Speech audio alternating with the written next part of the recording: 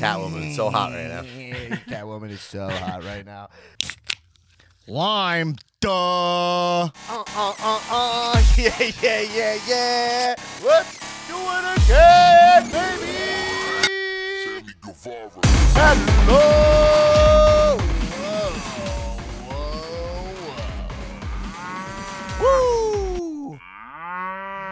Whoa. Sports aren't exactly my thing, so there's a lot of beef out here. Welcome to the Comedians of Wrestling podcast, a podcast where comedians dissect the wrestling to an unhealthy degree. I am your host, the host with the most spiral stand-up about professional wrestling, damn Black. Someone you idolize. A.K.A. Dunsky, Black Amora, a.k.a. Papa Oat Milk, the Creatine Dream. Bump, bump, bump, bump. Oh, dark cloud over that wrestler. I apologize for that. A.k.a. the modern day goof and spoof, Raja.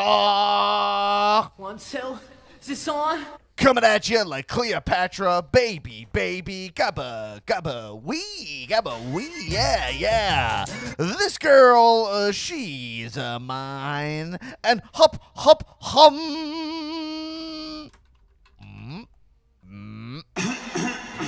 Damn, she's fine.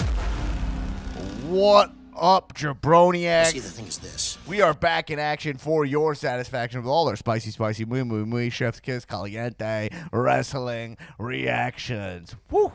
And before we get into talking about the world of pro wrestling and all the chatter, because this week there is a lot to talk about, including we know for the first time ever where WrestleMania will be for the next 3 years.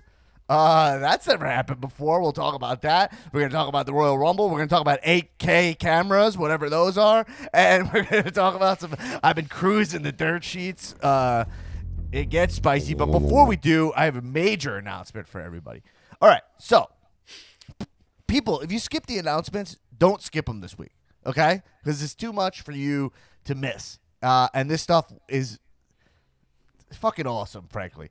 Okay? So we are doing a big Patreon push here, okay? What does that mean? We're patreon.com/comedians wrestling. That's how you get access to bonus episodes, all our bonus content. But, yeah, we're trying to get more patrons to support this podcast. But, as always, we are never, ever asking for handouts. So if we ask for more from you, that comes with more from us. And boy, oh boy, do I got some announcements. So right now, we're doing a patron push, okay, where we when we get 20 new patrons from right now. This is our stretch goal, 20 new patrons from this moment, okay? A lot happens. Many would argue too much happens. When that happens, the second that happens, okay, so this is already being worked on.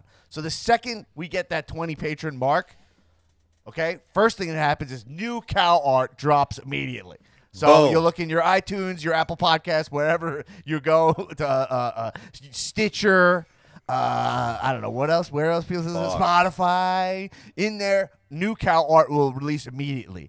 And if you are a patron, that day, corresponding sticker art, brand new stickers, which are already designed in hiding, top secret, will drop, will go out to every single patron. So no matter what tier you're at, you will get this sticker in the mail. The second we hit that 20 mark, boom, they're gone. That's only 20 patrons. I mean, this podcast gets a lot of listens. This should be easy to you guys. The most thing I hear from you guys all the time when people sign up for Patreon, because I message people individually to thank them for joining the Patreon, is people are like, hey, sorry, it's long overdue. You know, like, it's long overdue. I've been listening for years, stuff like that.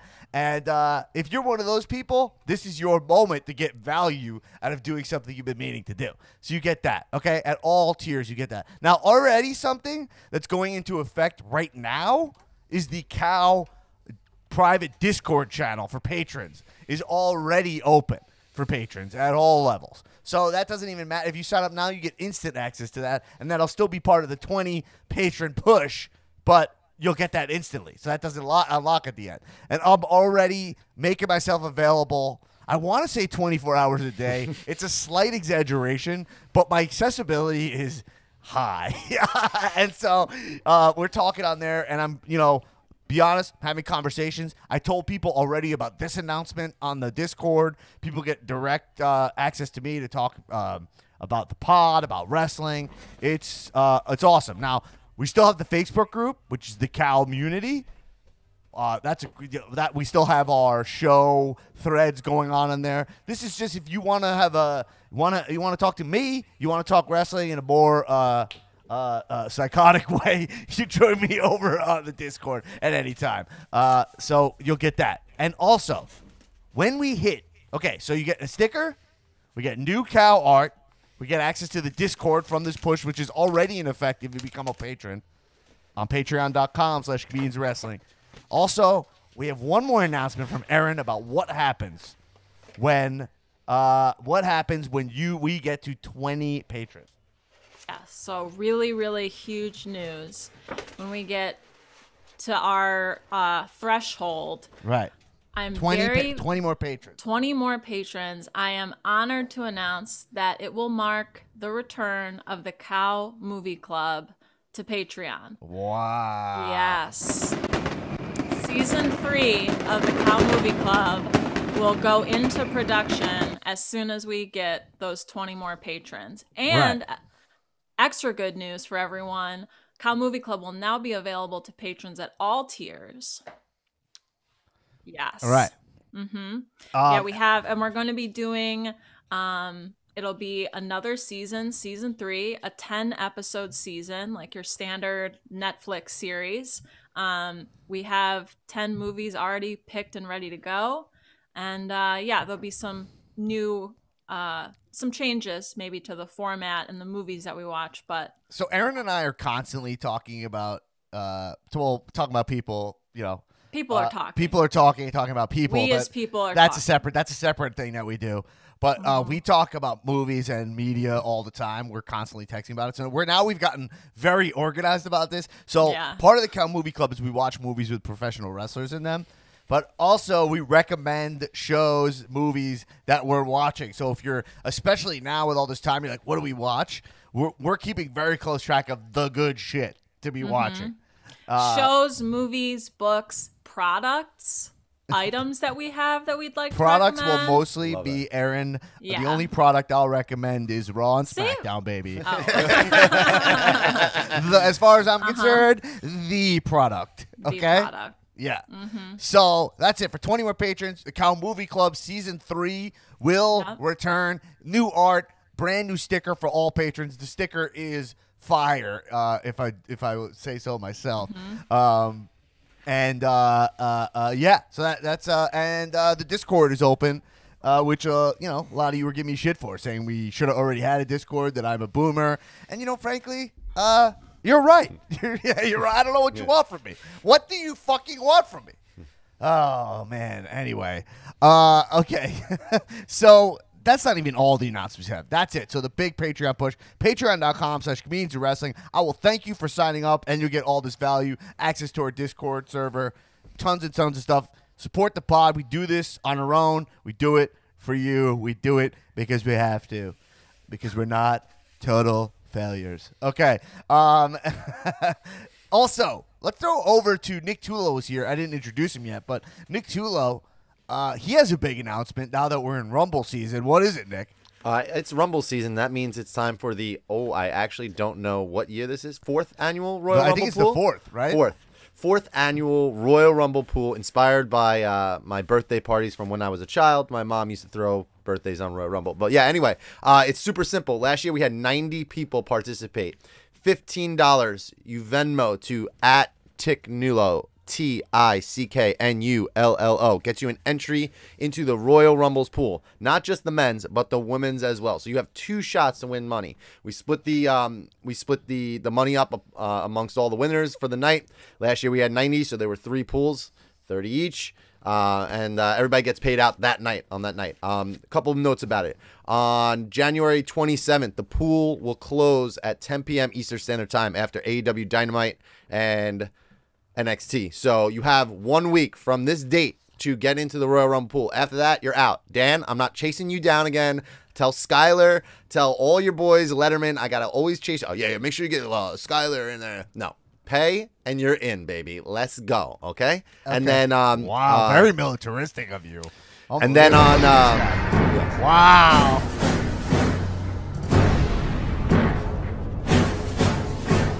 Okay, so every year we've increased 30 to 60 to 90, so I'm assuming we're going to have 120 this year, and we're going to cap it at 120. So first 120, first come, first serve, and then on January 30th at 8 p.m. Eastern Standard Time, I will be doing a live pool drawing on my Twitch, twitch.tv. Oh, I'm sorry. Yeah, twitch.tv/tiptoe with Tulo, and you can join me pretty much every day of the week on there watching wrestling. All right, awesome. All right, so check out the Royal Rumble. I can't wait to win the pool for the third time. Aaron's won the pool twice, correct? So you see how I roll. Twice. Correct. Cool. Awesome. The Royal Rumble pool, always a blast. You get a number when that person enters. When it's like, oh, the number 8 guy comes out, you pray to God it's not our truth. It's a good time. Right? But I think this year might be the year where there's the most possible winners. Like I think there's it's a wide field. Unless if you hear, I would say this: if you hear this, you have won the Rumble. I would say that, right? That's like if Brock's in the Rumble, he's probably winning. Okay. Anyway, one last thing about the Patreon, patreon.com/wrestling.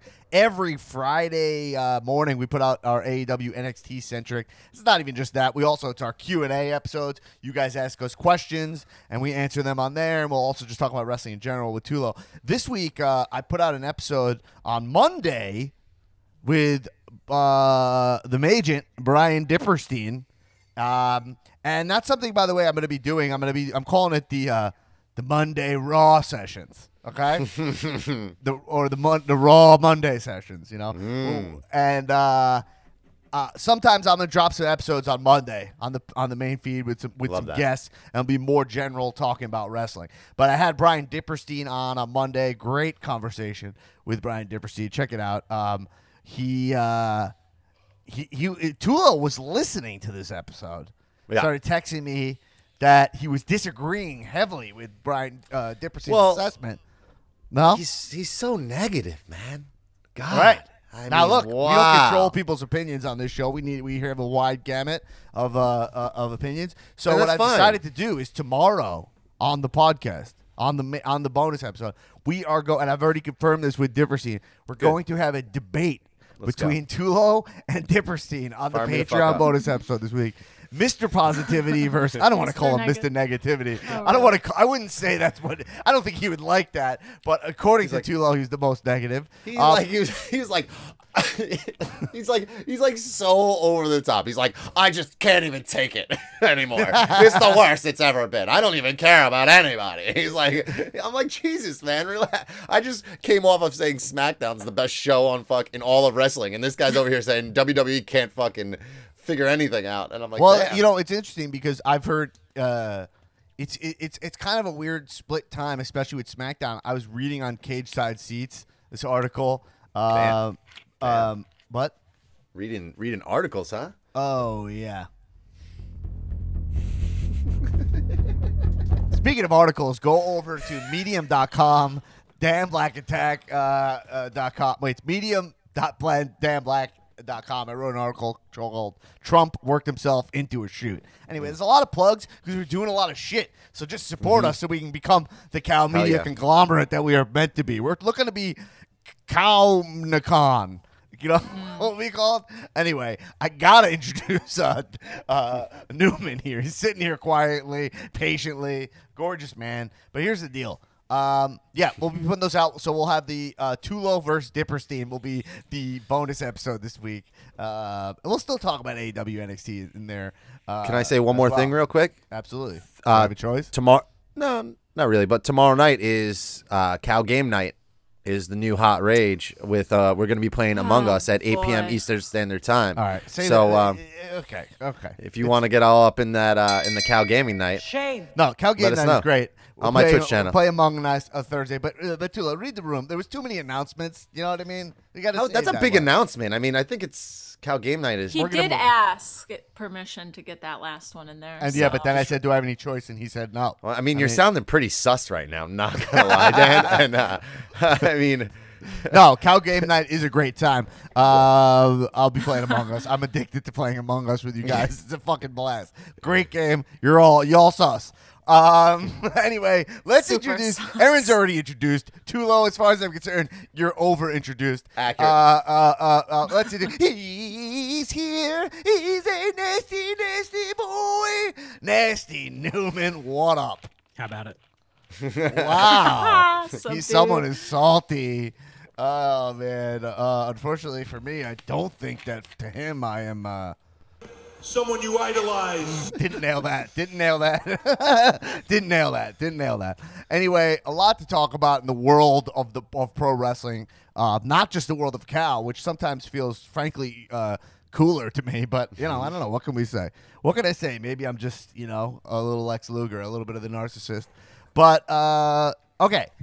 I'm going to start outside the ring. I think that I want to get your guys' take on WrestleMania being scheduled through 2023.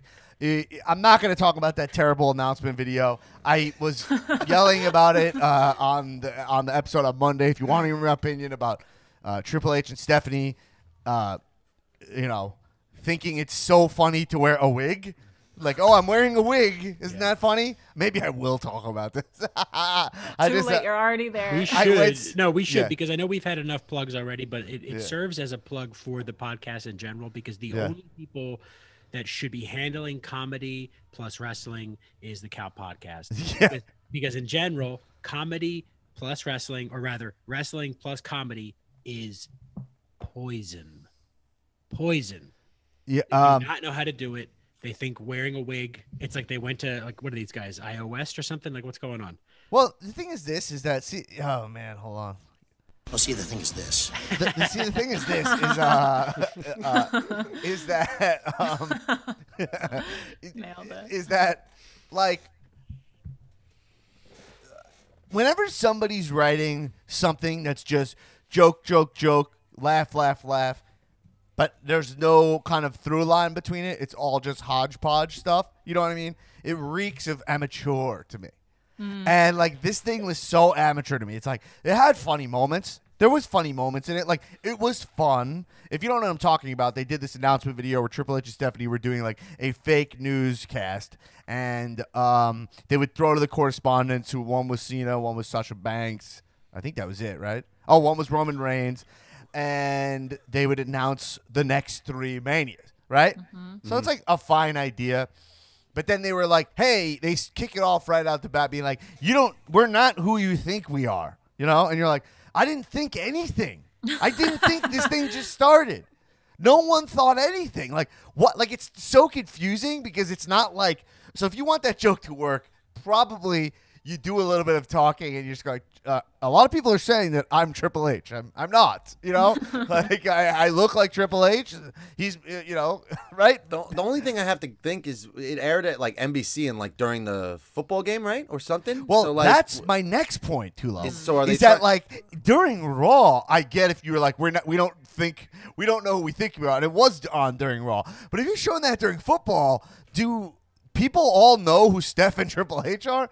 Or is that part of the bit? Is that they're trying to like pretend like they're not the wrestlers, like, or who they are? I don't get it. My point is that my dad. Okay, look, the Wadowski test or whatever, right? Like my dad, if he's watching football and they put this on, and then he was like, "I'm not who you think you are." He'd be like, "I don't know who you are," and then I'd be like, "Oh, that's Triple H." Like, "Oh, he looks a lot different." Like he wouldn't be. My dad thinks of DX Triple H. You know what I mean? Right. And I mean, Triple H hasn't even been on TV in a couple of years. That's it. And Stephanie McMahon, my dad wouldn't even be able to recognize. And he's watched hours, years of wrestling, Yeah. So it's just kind of like narcissistic in a way. And it's just weird. It was odd. It was just there's a million things to pick apart here. It's that. Yeah. It's the fact that, like, if you say that you are not who you think I am, then the chyron where your name is should say not who you think I am instead of a different name altogether. Right? They didn't they didn't bridge Their that names gap. were like, "Hey, would you blow me?" and stuff. It's Right? just, no, not even. It was just like Alan Parsons or project, and it was just Well, like they threw it was this. like a So regular- yeah. So you're like, okay, the joke is that they're doing a newscast. All right, let's talk about the kayfabe world of this newscast. Right. They're doing a newscast where they're trying to throw to their real correspondents, and so one they go, let's go to news, but it's Roman Reigns at a desk, okay, and he's like. Roman Reigns is trying to be tough, and he is fucking tough. Roman Reigns is in the zone right now, right? He, and maybe the Monday after WrestleMania, he might become one of my guys. We know that. I'm holding off, but that's what I'll give my thing. But he's on a nice track right now. But he goes, he's like, there's no weatherman here.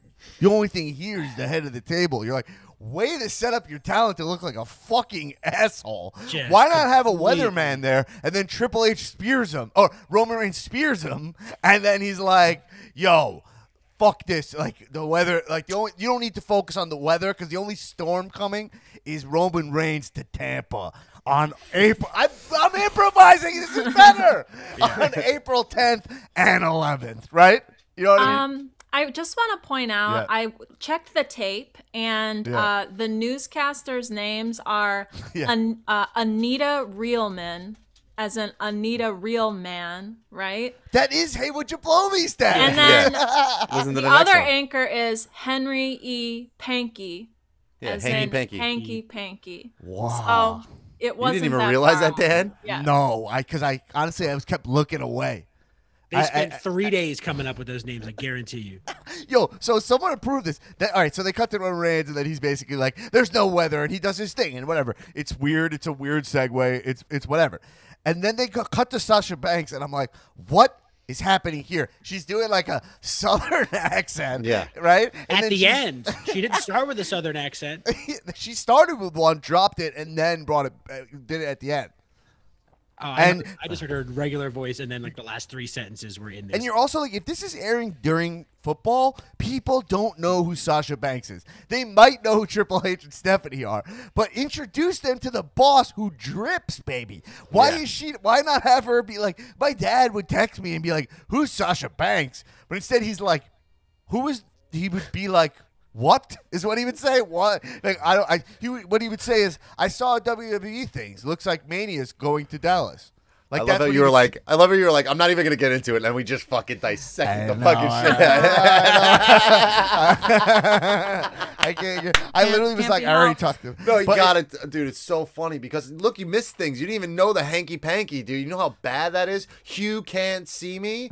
Like you can't see me for Cena. Did you even see that? See, you can't see me is funny because It's it's Cena, not but funny. like- It's not even a play on names. Yeah. Can't see me is not a traditional last name.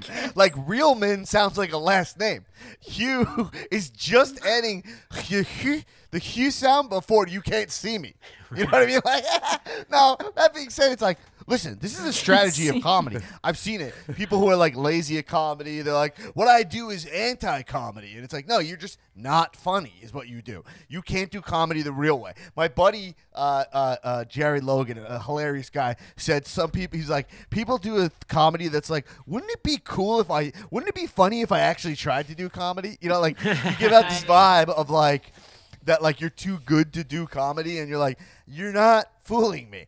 Now, this, whatever. It's just, what it all really comes down to is, so we don't harp on this too long, is like, WWE should be nailing comedy if they're going to do so much comedy, and they do a lot of comedy. And actually, I thought the Miz Morrison segment was pretty funny this week. Yeah, me too. Actually, I thought that actually worked. We'll get into the crumholts of it all.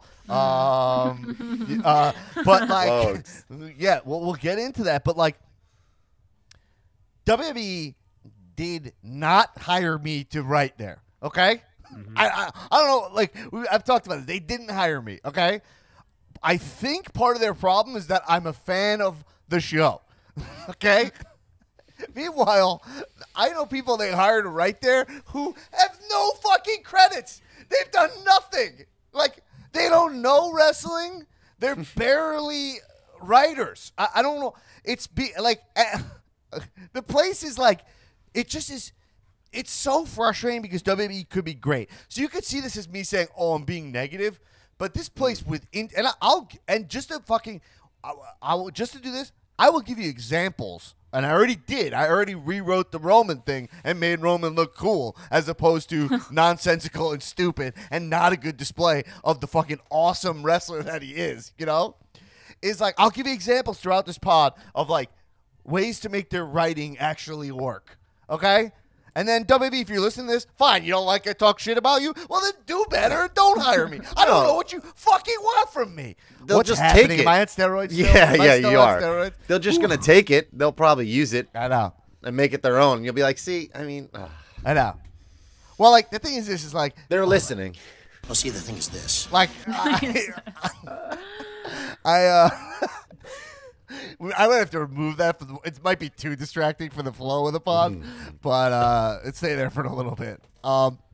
Yeah, it's frustrating because WWE can be great, and AEW does a lot to make their writing work a lot of the time to me. I'm just saying, there's times where they do stuff to make it make sense. Do they nail it every time? No, but like I kind of see where they're going, and I think that's where the bar is. Shebs always says this. He's a jabron. He attacked me while I was sick. He's a piece of shit, but he does have good points sometimes. And his point was, he's like, you get so excited when it makes any sense. You know what I mean? Yeah. And that's how I feel. You know, like when I'm watching that Randy segment with his face scarred up this week, I'm just like sitting there being like, oh, please say something that I like. Say something that I like. And then if he does, I get so excited. I think it's a good segment. Right. I have any other last thoughts about that segment? Newman, it looks like you had shit to say about it. Well, no, I mean, it was just like it was everything we said. It was just you could pick apart. It's basically there's no coherent comedy idea at all, right? Like right. Roman. Other than this is a news show that this is a news show that doesn't at all resemble a news show. Right. Right. They think that it's ironic enough that they are playing people other than who they are in real life. And then that's what they think is funny. Like, oh, we're not actually newscasters. That's the joke. So here's my other thing about this. So, Tulo, this aired during football? I want to say yeah. Because I saw somebody post on my Facebook feed, like the first second I saw it, someone said, this just popped up during the game. Yeah. And it was a picture of the 3 locations, you know?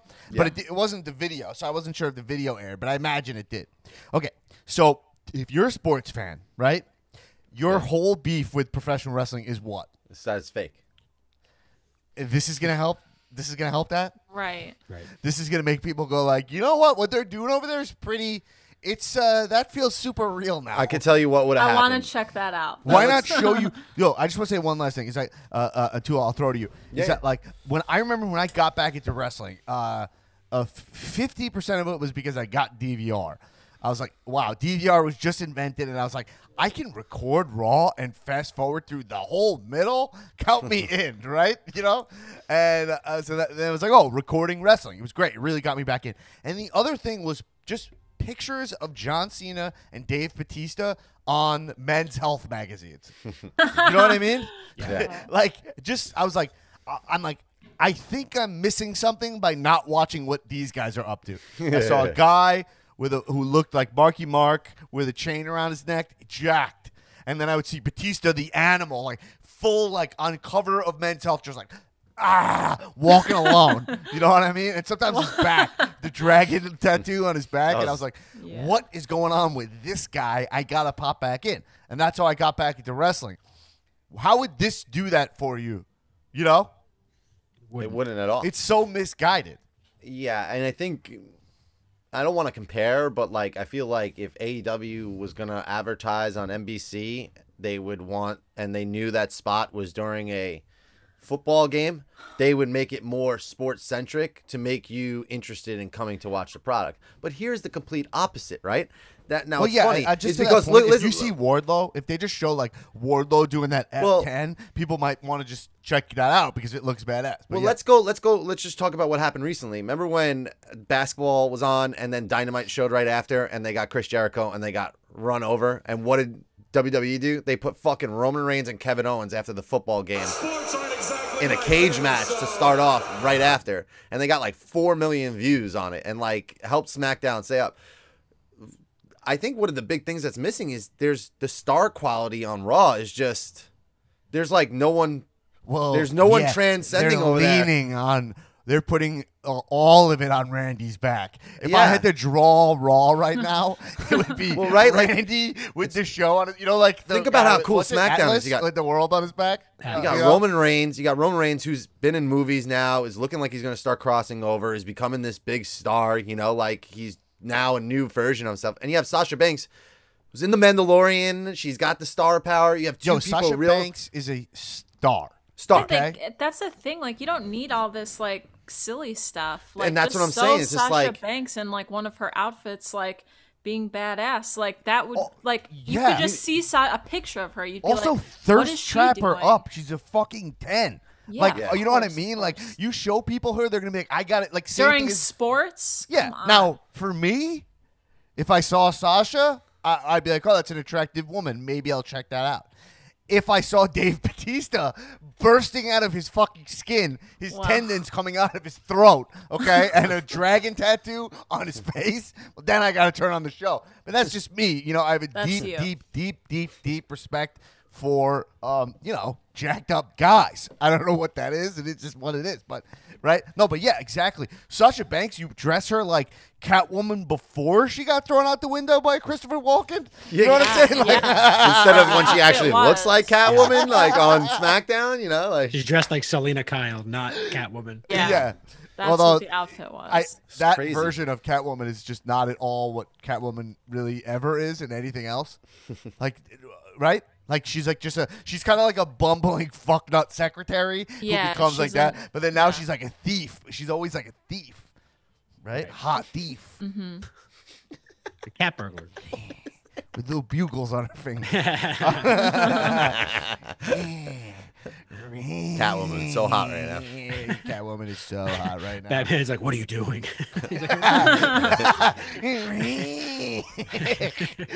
Just stop that. I'm just a little kitty.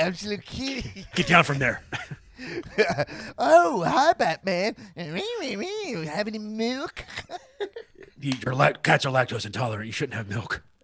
What? Okay. All right. I just stole your car and a gold necklace. Bye. Okay, anyway, that's my version of Catwoman. To be honest, that was as good as Hugh Can't See Me. But Can't See Me. It was just stupid. But it's like, yo, I don't know. I guess the thing is like this. Well, see, the thing is this. I think that I don't know. See, okay. To go to Tulo's point, there's two ways I see it. AEW, I think, if I was in charge of AEW, I think I would have a really hard time selling AEW to the football fan. Okay?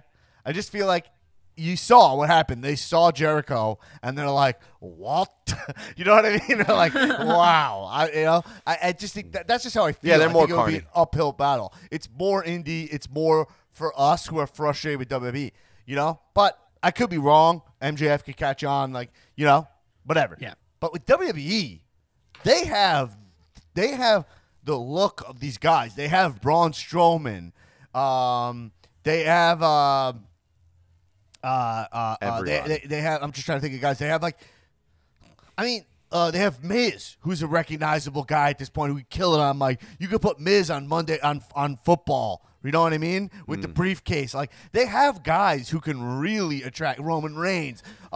Drew McIntyre, shirtless, Scottish, right? Come out with a bunch of bagpipes. Like, they have these guys who wrestling fans could look at and be like, or lapsed fans or sports guy people looking for more content who would see that. But this is like, well, you know, whatever. We've drilled it home a million times, but like, I don't understand this logic at all. You know? I can't see big miss. This logic. It's a big miss. Big missed opportunity for them to do something good, and they beat. Anyway, we're not going to talk about that video. We're not going to talk about that. No. Good. No, Let's move on. You think we should move on from that? I don't think we should waste any time on the pod talking about that. We don't need to talk about it at all. No. Okay, but I do want to talk about WrestleMania this year, just to talk to you guys. Is like, okay, there's Stephanie McMahon already confirmed they will have a crowd. It'll be 2 nights. I'm hearing 30% capacity in April, which is like almost now, right? Yeah. It's like very soon. Have there been events at that level, that size during COVID? I don't watch football or anything. Yeah, I football's know getting- NFL hasn't, but it has. Yeah, Has football had that many? So 30% of Some I don't of know the games. how many people in Raymond J Stadium. My guess is 70,000. 75,000. Yeah, so 20,000. So let's say they're gonna have 25,000. 30,000 plus people in there. Wow. I mean, right now in Los Angeles, it's 1 per 5 people have COVID. 1 in 3, One actually. in every 3 have had it. That's what they say. Mm-hmm. And 1 in 5 currently have it. As I think, Aaron. 65,890 is the exact number. 65,890. So 22,000. Letterman, I don't know if he was in Florida or whatever, but he sent me this video. Maybe it was somebody he knew took it, and he sent it to me.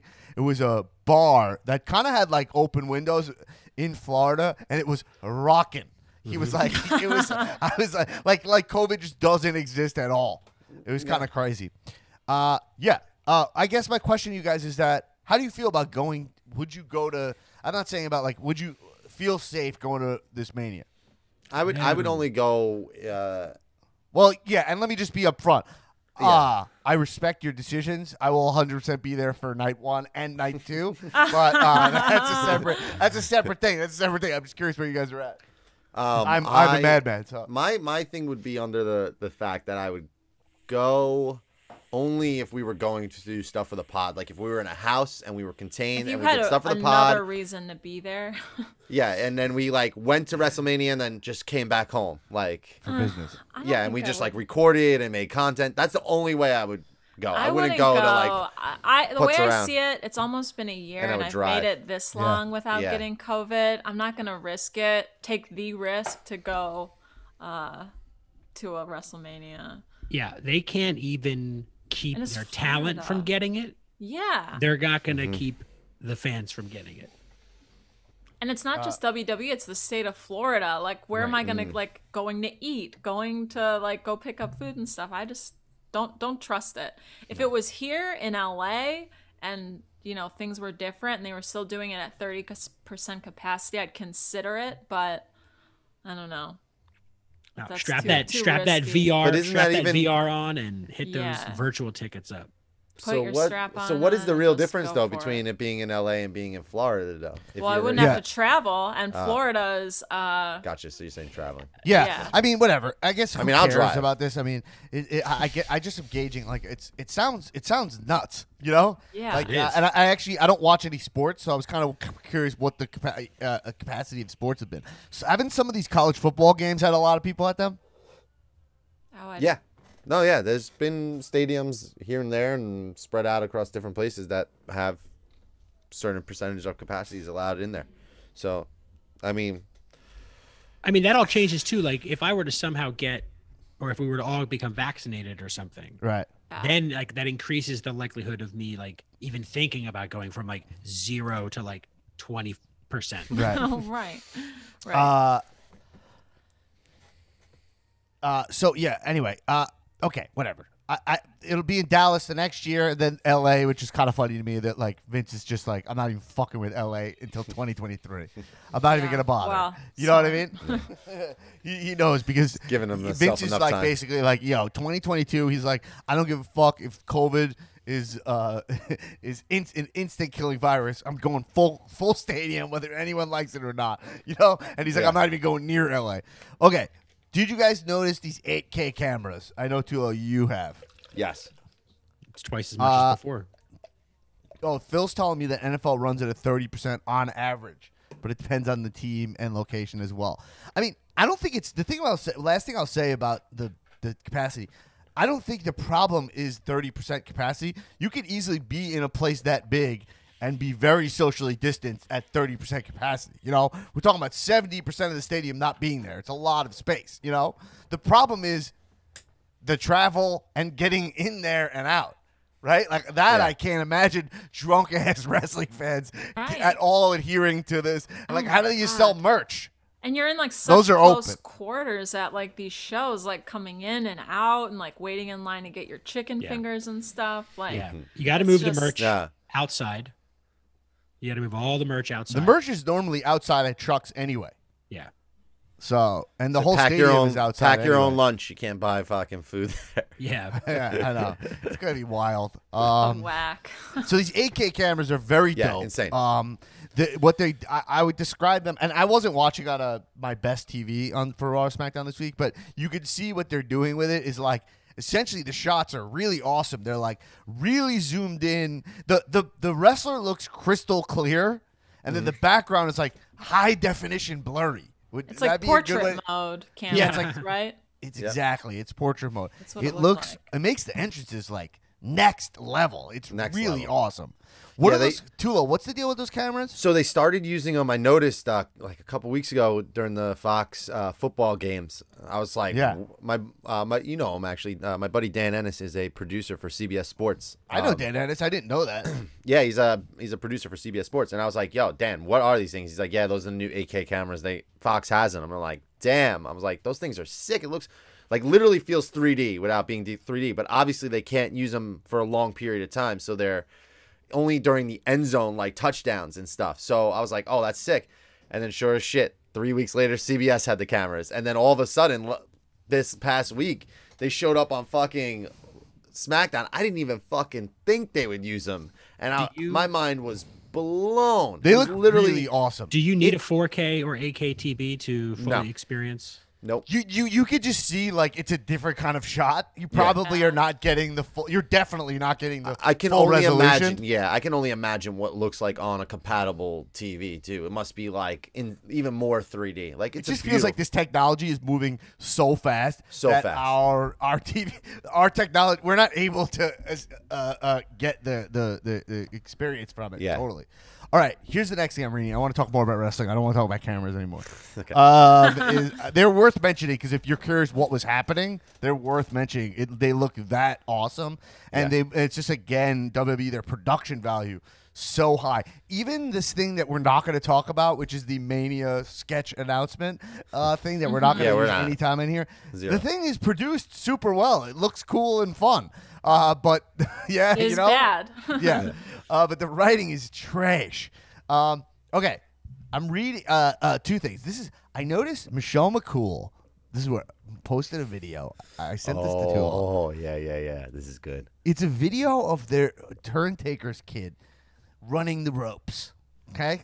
Mm-hmm. Now, then Taker's there, and he's there he's clearly training gear, right? Now, a couple of fun facts about this. We are in Mania season when he would start training, right? Yeah.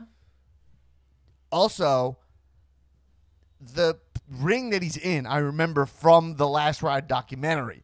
He built this for his match against Reigns in Austin. Took this like abandoned shed thing and like turned it into a wrestling ring. And it's clearly there. And he's dressed the exact same way he was when he was training to wrestle Reigns. So I know that's like small stuff, but I've seen, because I'm, dissecting to an unhealthy degree, I've seen Taker lifting, and this is not the gear he wears when he's lifting. Like this is more like the knees. It's a lot of leg coverings, which you don't need just to be working out, you know? Right. And why would he even be? I guess maybe he might have just moved his personal ring in there, but I don't know, to bring the whole family in there. Just saying, sus. I'm playing Among Us. It's making me suspicious of everything. You saying you think Head he's on gonna a swivel. he's gonna come? What? Are you thinking he's training for Mania? How could he retire on that taped match against AJ and that awful goodbye? This is I feel exactly Ralph what is it's like so to play bogus. Among Us with Dan Black. This is exactly what he does. When he Y'all gets on these sauce, y'all tangents, sauce. he just takes something and he's like, listen, Emily, she just started out. How would she know how to close the doors? That doesn't really make any sense. And now he's doing it with Taker. I played Dan so hard. Yeah, Aaron murdered me. Aaron stabbed me to death. Aaron had one of the most vicious kills on me in the Among Us game. Her characters came up to me and went, with a knife. You know that kill that that's a real psychopath kill. The knife. You know what I mean? That was just for you. Have you ever noticed when somebody gets stabbed to death and like the You ever notice this? the coroner report? seen this? It is always like stabbed like 40 or 50 times. It's never just like once. No, there's no such thing. Yeah, it's either really hard to stab somebody to death or really fun to stab somebody to death. Either way, lots of stabbing happening. Really fun too. Yeah. So I'm just saying right now, I believe Taker is training to wrestle. I mean, Yeah. I think that knowing his personality, I think that Reigns match, and by the way, since he's retired, he's feeling good, he's feeling healthy, he's down at the ranch or whatever, and I think that Reigns match, that could be the Reigns match at Mania, and he could right the wrong of that. Right? There's less people there for him to disappoint. I don't know. We'll see.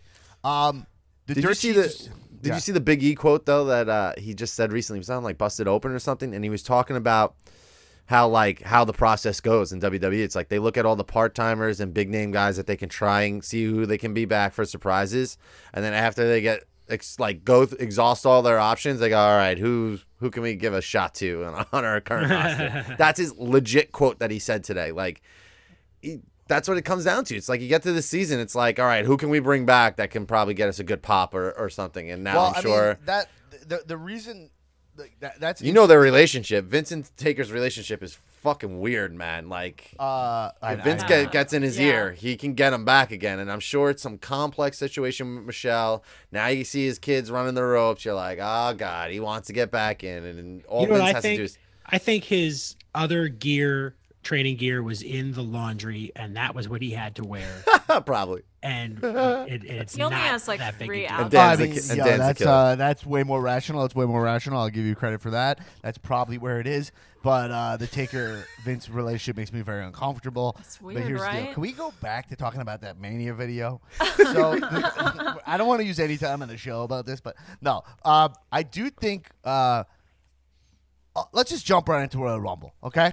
Oh, yeah. So we are in Rumble season, and I love it. Everyone loves the Royal Rumble. There's, it's like the coldest take in the world. My favorite pay-per-view since I'm a kid. Easily. Blah blah blah. We all get it. It's Christmas for me. I fucking adore the Royal Rumble when it's happening and I love it. I love all of it. We all do. The thing I love about Royal Rumble as it pertains to WWE, the show, is that like everyone has kind of a clear goal. Like when Rumble season rolls around, everyone's like, yo, I'm going to win the Royal Rumble. That's what I'm going to do. And it helps ground the show. They're all like declaring I'm going to join. Even the whole Fiend Orton storyline is based around, he's like, yo, he's trying to stop me from winning the Rumble.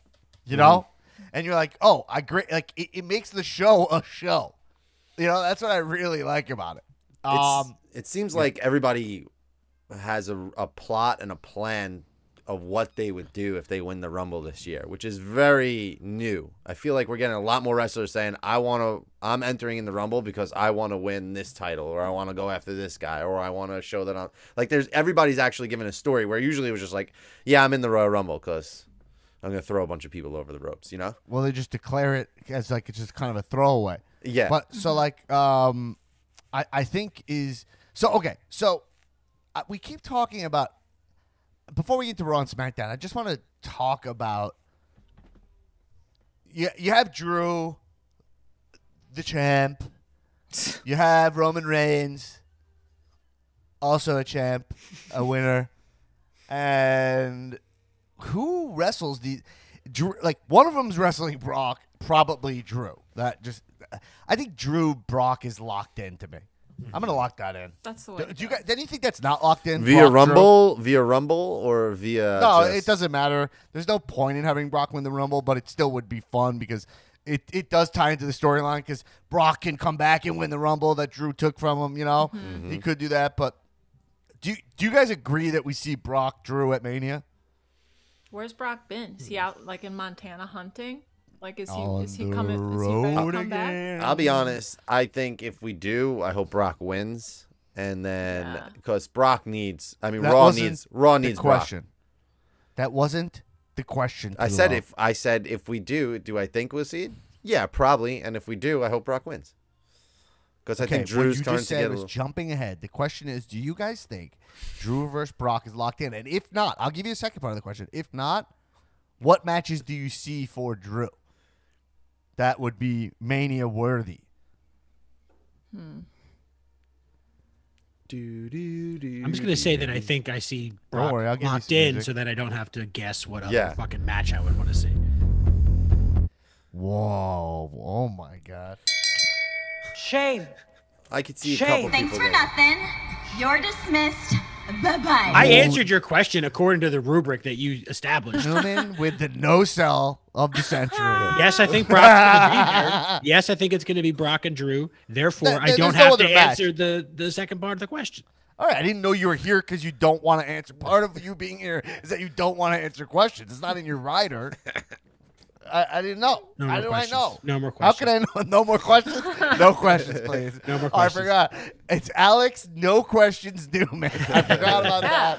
His new nickname. The Nasty was getting stale. Yeah. It's no questions. No All questions. right? With his No contract, cues. he doesn't answer questions. Yeah, Newman does not want. He doesn't want your fucking hypotheticals. He's No talking about questions. the moment, baby. All right. So yeah. So all right. Let's lock that in. So then, okay. So Brock could win. So Brock potential winner of the Royal Rumble, right? Sure. For Roman, the match that it's hard to see who's going to wrestle Roman unless it's hard to see. Now, what I hear is the rumblings are Daniel Bryan. Okay. Those are the rumblings on the sheets, the dirty That's- sheets. It's not as much in the it's I saw it in one article. Dipperstein brought it up to my attention, and then I started to think about it, and I was like, oh, that makes sense because that's why they kind of had him job to Cesaro. It's kind of like Right. they're gonna do underdog Royal Rumble. Daniel Bryan to Reigns. Right. Why I got swerved by that, and I didn't even think about that as a possibility, is because I was coming from I got your guy all wrong here. I was coming from a different angle. My angle was like Roman's still on the build as far as I'm concerned. I didn't realize we're locking him in.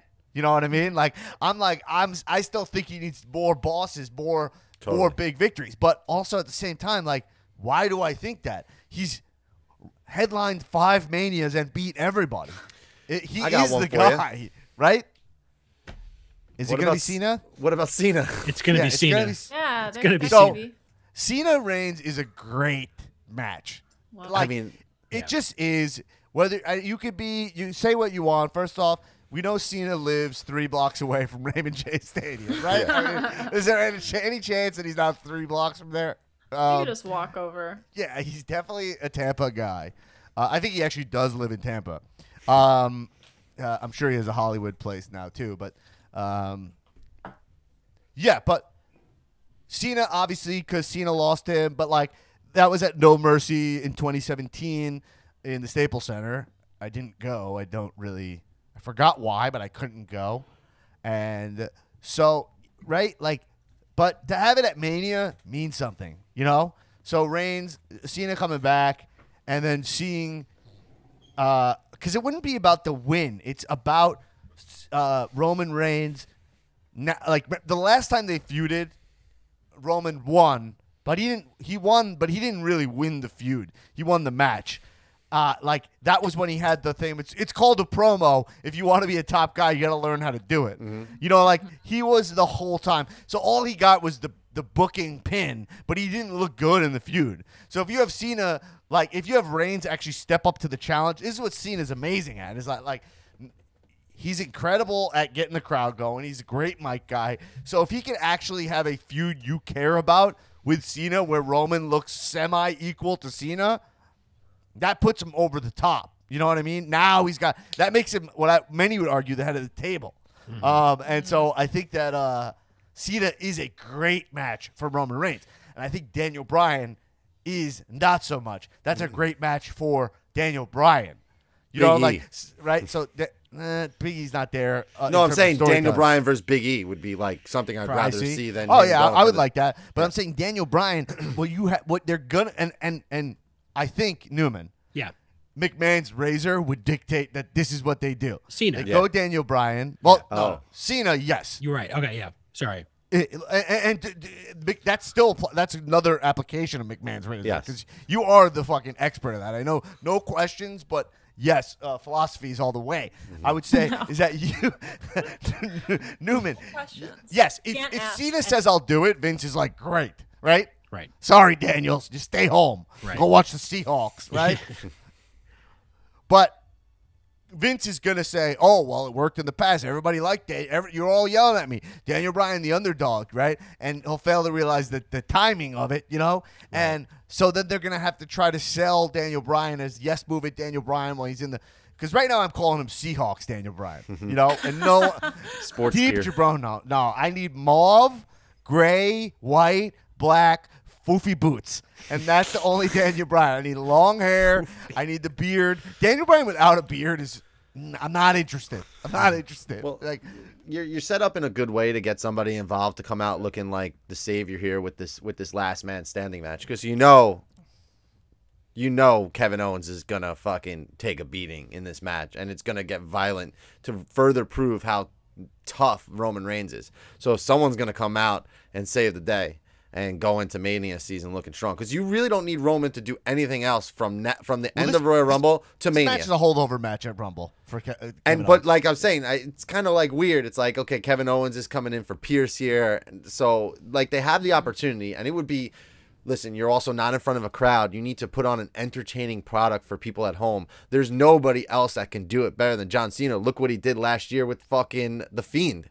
All they did was point to a fucking sign, and they got one of the best WrestleMania matches, definitely most unique WrestleMania matches of all time last year. So I'm all on. I see what you're saying. I see what you're saying. That Daniel Bryan would be the McMahon's razor here, because Vince would be like, it worked last time. We'll sell him as the underdog to Roman Reigns. Right. But it's Vince making that same mistake that Roman is cooked. He's ready to go. But to me, that you know what I'm saying? Yeah. And it is like the least, if you put those two next to each other, Daniel Bryan or John Cena is the more exciting version of that match. And so therefore the least exciting version is the one they're going to go with, which is Daniel Bryan. Wait, so you see, I don't see those as the two same feuds, because I see if it's Daniel I'm not Bryan, thinking feud. You're thinking too deep. It's not feud. It's not. Yeah, you're thinking mega babyface. I'm thinking, or just like looking at it on a television. Even just that surface level, right? Like looking at it on television, Roman Reigns versus John Cena gets more people interested than Daniel Bryan versus Roman Reigns. Well, yeah, Cena's a big star. He's like close to an A-list, if not already an A-list celebrity. Right. And therefore, it's more likely that they'll go with Daniel Bryan. Right. Because it's not the most exciting one. Daniel Bryan is very good at this business. Yeah, that's true. So I really know believe that. We know that, but I'm talking Mr. Dumb Dumb America looking at the TV. Oh, I know John Cena. That's it. And therefore, of course. Listen, if you can get Cena, you take Cena. Right. That's like a no-brainer. That's it. I'm just saying, Daniel Bryan. The difference in the story is that Cena is still a climb win for Reigns, even though he's already pinned him before. You turn a blind eye to that, and also what you do is in the philosophy of the promo, like I was saying, where it's like actually Roman had to come into himself as a character, right? And since then he's gotten better. So yeah, he pinned you. You kind of have to ignore his last pin. To be honest, in the build, you pretend they never wrestled before, but you have it where he punked him out. Cena punked you out, blah blah blah. And made you look dumb or whatever. You know what I mean? And then it's like, and you have Cena be like, "Oh, you want to wrestle with no shirt now?" He should say that, honestly. That people would fucking love that. Oh, I see you gotten in shape to do this job. Like, that's perfect Cena, by the way. Yeah, right? that's fucking so good. It's so spot on for Cena. By the way, I didn't get hired by WWE. I did not. Yeah. Let's just keep going back. And then you also add Heyman into the mix too, and then you get Heyman and Cena beef, and man, it's endless possibilities. Yeah, it's great. But with Daniel Bryan, who will find a way to make it work, you now have you kind of. It's interesting. It's cool because I guess like Roman Reigns is not like fully seen as a manufactured Vince guy anymore, right?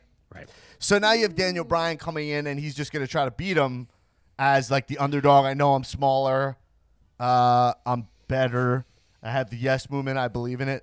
But I just can't see myself really, truly, deeply, madly, truly, deeply. Is that the name of that band? Truly, madly, deeply. It's a song. Truly, mad. I wanna climb. That's a Savage Garden with you song. on the mountain. I think. Yeah. I think the reason I'm why saying, you can't, wait, too low. Go ahead. Sorry.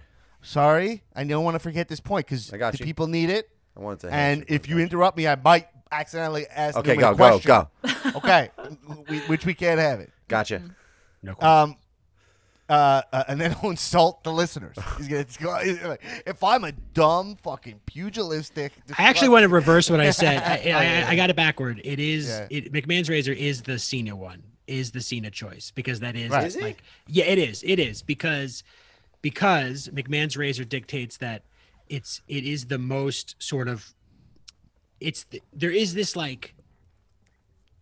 ineffable quality of McMahon's razor where it's just the thing he's gonna do versus the exciting thing. Like Daniel Bryan would probably put on a killer match with Roman Reigns and it would be fun to watch. So I want to revert. I had it backward. The Cena thing as like of course it's John Cena. That's McMahon's razor. Yeah. Here's what I would say. Okay, so I agree. I think that makes sense. Should we lock that in? Lock it in. No questions, but lock it in. Okay, so the locking in really helps because we compartmentalize here. We do a lot of compartment. It's very organized. That one, Erin keeps good. She runs a tight ship for the Cow Movie Club. Like, all the movies. We keep this organized. We keep it. Everyone stay in their lane. But I have a hard time. Seeing myself truly caring. I'm not going to fall into that Savage Garden joke again. Too many tangents. Low hanging fruit. But I have a hard time seeing myself really buying into, oh, I'm Daniel Bryan and I can overcome the head of the table thing. Because I don't see Roman as that guy, even though he has the credentials. I feel like he just got good. So I feel like he needs to fucking beat somebody major as this character, like Cena. I think he needs that match. Yeah. And I also think that could be Brock Lesnar again, unfortunately, which is crazy to say. But if you had Brock, Roman, that could be cool. And also, I would love AJ Drew. Can we make AJ Drew happen at Mania? Yeah. Get I was thinking AJ that back too. on track. I was thinking that too.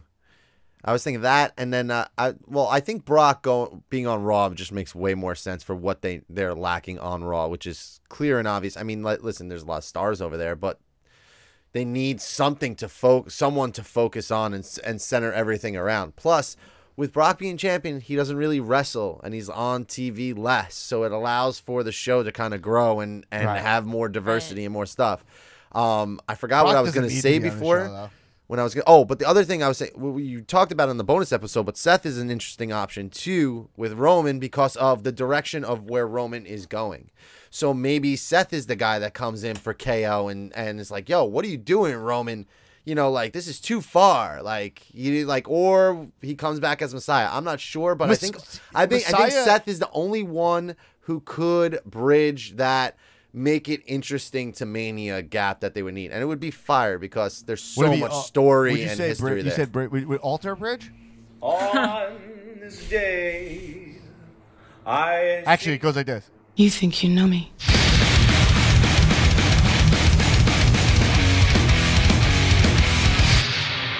On this day, I see clearly. Everything has come to life. That's Skylar Aston. Would he be my old? Guys, friend of the pod. Would he be old Jew eyes there? Yeah. Oh, yeah, that would be Sky Blue Eyes. Hey, it's Sky Blue Eyes rolling up to the fucking with the Rio. Oh man, no. I listen. You know what I realized?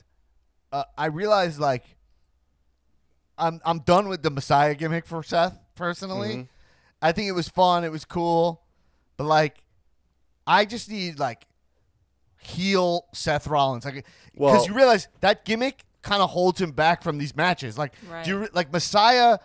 It's like hat on a hat. Messiah Rollins versus head of the table, to Roman. It's just kind of know like, how we get what's that there, going to though. look like? You know what I mean? It's going to be. But you get there, right, by having Seth come back as face and then losing to Roman at WrestleMania and becoming a heel with Roman. So it's like that match. You lose, you're back with I like that. You're back That in is order. cool. You know, you're That is back cool. in. If you lose, you're back in. If you win, you win the title. And he's not going to win the title. So then now you have heel Roman and heel Seth running SmackDown with Apollo Crews. Like, just adding Apollo Crews was such a cool element. It's like, let's go. Like, Roman is on fire, man. Just carrying the brand. So you're right now. saying that? Oh, I don't know. I might have lost the sound drop, but you're saying like it goes like 3, 2, 1, and then it goes burn it down. Yeah. And then you just kind of already know, and you know Oh, he's. 'cause man, Aaron, what a Aaron, moment. You're a huge Seth mark, I right? love him. Yeah. Yeah, you're a huge Seth mark. I'm a huge him. Seth mark, but you love Seth. Like, like, do you want him to come back as Messiah? No, I'd like to see him come back as my favorite version is like Architect Seth. Right. So I'd like to see that again. The laugh, kind of Weasley. Yeah. Ha ha. Yeah. If you put too low, I think you nailed it there. Actually, That's like, the booking. The booking is like have Seth come back as Burn It Down Seth, and he's like, I'm gonna win that. Have him win the Rumble. I don't know. Seth already won 2 Rumbles, pretty sick. He feels like a guy who could break Stone Cold's have This a is how 4 you do Rumble it, guy, too. and you do that, and then he teams up with Roman at the end of that match, and then you know he's gonna turn on Roman at some point, Right, because he's the gonna do architect. He's going to thing do again. the whole Of build course. from the inside to take down Roman. And they But- can even talk about it the whole time. Roman could always be like, he could be like, yo, I can never Yo. trust you, which they kind of did when they got back with the Shield. But I feel like we can erase that zone. That was, right? You know, that Yeah. Jabron I would zone say before Ambrose start left. start the night off with the men's rumble. Have Seth come back as 30, win it, be super like with the burn it down like theme music and everything. Then have Roman main event Royal Rumble against Kevin, and at the end when he's like beating the shit out of Kevin, Seth comes out. Boom, road to WrestleMania. That thing is set. Plus the pop for Seth, new dad coming back as Yeah. face. It's too money. It's too good. And no, he can't go heel. He won't lose. He won't join Roman because he's this huge baby face now. Man, I like what you're saying. I like what you're saying. It doesn't Seth involve and AJ, Roman but I working like what you're together saying. is insane. It would be so sick. I agree. I agree. And if we have Brock, Drew, Rollins, Roman, you'd all be like, that's a sick Mania. And we Yeah, haven't that's even star talked about the power. women yet, and the women's stuff can be just as mega with Sasha the way Where do she you go? is. Where do you go, Sasha? You go Sasha versus Malia at Mania? Is that where you go, Sasha Malia? Sasha. That's So what I I want would to say. see Sasha v. Melania. Sasha Malia is so good. Yeah. Sasha Melania would be good. No, but Sasha Sasha, if you can get Rousey, you take her. That's Oh McMahon's my razor there, god! right? Can you imagine that? Newman? Wow. Wait, what was it? What was Or the Becky? If you could get Sasha Rousey, you do it, right? Oh, there's the booking. Yeah. If somehow Becky wanted to come back Becky and won't join the be Rumble, back. can you That's not, imagine but that's Becky not and McMahon's Seth? razor. That's not That's a Becky good idea. and Seth winning the Rumbles. Oh yeah. Well, sometimes McMahon razor can be a good idea. No, No, aren't those kind of like It's mutually always exclusive? the least interesting. it's the right? least interesting, least Yeah. Is it the- exciting. Okay, I feel like it's the more obvious.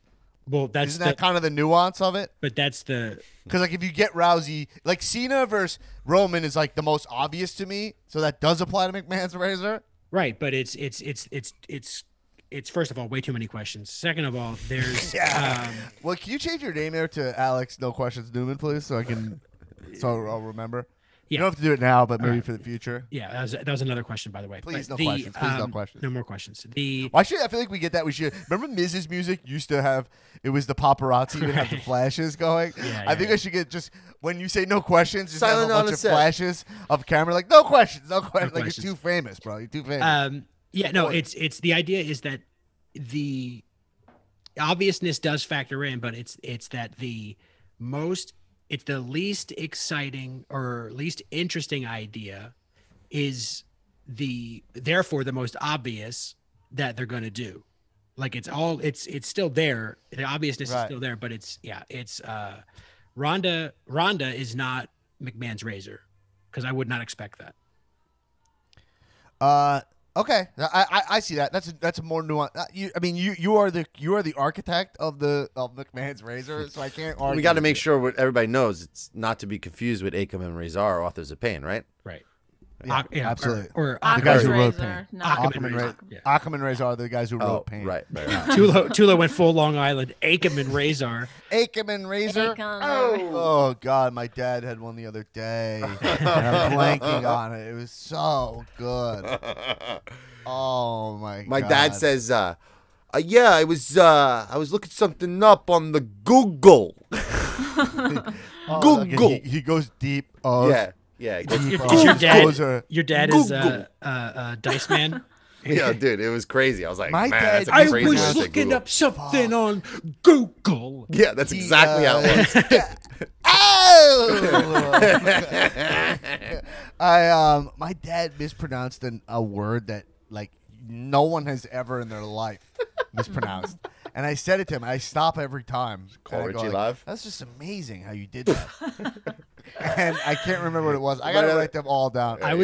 You have to start writing them down. Dude. I was in English class in high school, and we were reading. It was like the Red Badge of Courage, like some Civil War book, and the book describes a ginger bearded man. That's how several times the ginger bearded man, and they were doing popcorn style. People are reading around the room, right? Yeah.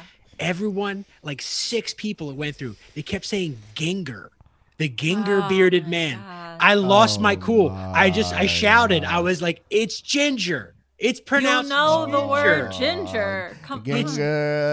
The gingerbread man. I'm like, it's Ginger. Ginger. The word is ginger. The teacher's like, Alex, relax. He's right. It's Ginger.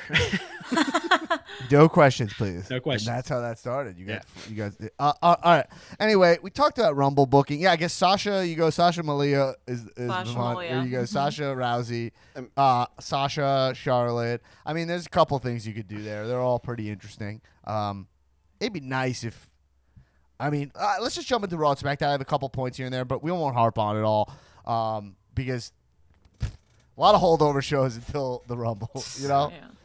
Not that there's bad stuff happening. This Cage Side Seat article I read, because I watched SmackDown on Friday, so sometimes I'll look at articles to remind me what happened on SmackDown if I watched it live. A lot of times I rewatched it. I rewatched like half of it actually today. This guy was like, he gave SmackDown like an A+, and he was like, SmackDown's on point, and then Tulo's also like, SmackDown's the best. I really thought it was okay. I thought it wasn't bad. It definitely wasn't bad, but it didn't blow me away or anything. But let's just talk about the individual segments. I don't want to talk overall. The Adam Pearce thing, I guess we got worked here.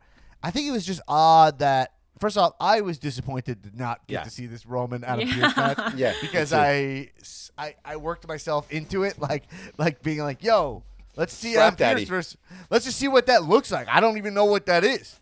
What is he capable of? Right. It's just another Kevin Owens match, and it's like Roman's already beat Kevin Owens a bunch of times in matches that were fun, but not like shit. We were like, remember, like there was like Cena, AJ, and we were excited for all three. Yeah. Or like Kevin Owens, Cena. Fuck, Cena's always the constant in all this shit. Cena was very good towards the end of his career. But yeah, so my point is that I was like, oh, well, whatever. It'll be obviously.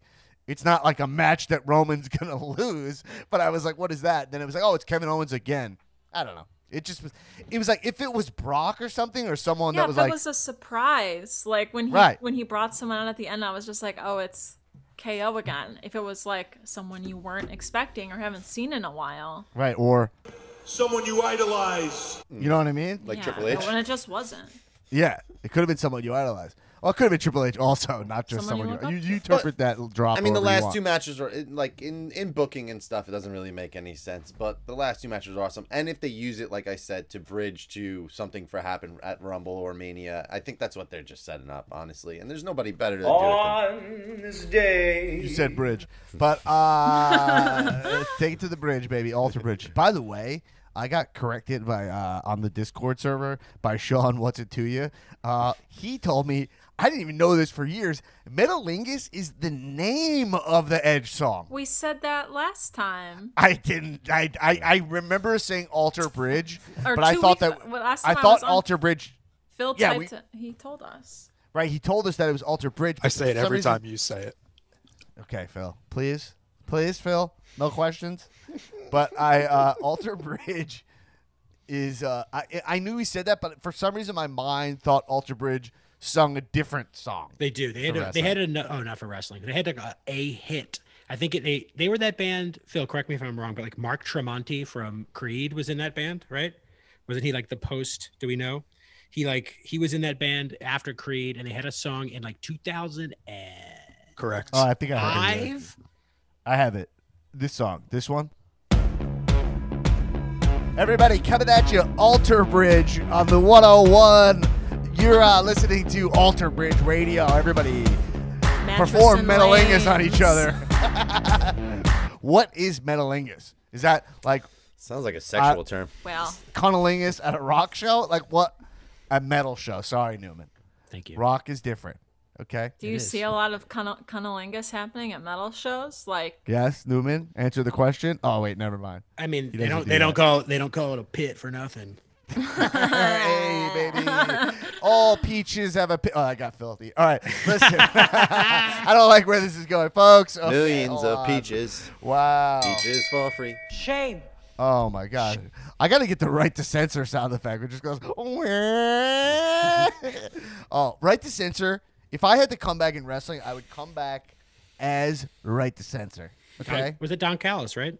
And I'd be like super liberal, right to censor. Wouldn't that be? Because you always thought they were like Christian conservatives. Now you have liberal right to censor. It's be like, that's not funny. That's not funny what you're doing. That's not a joke.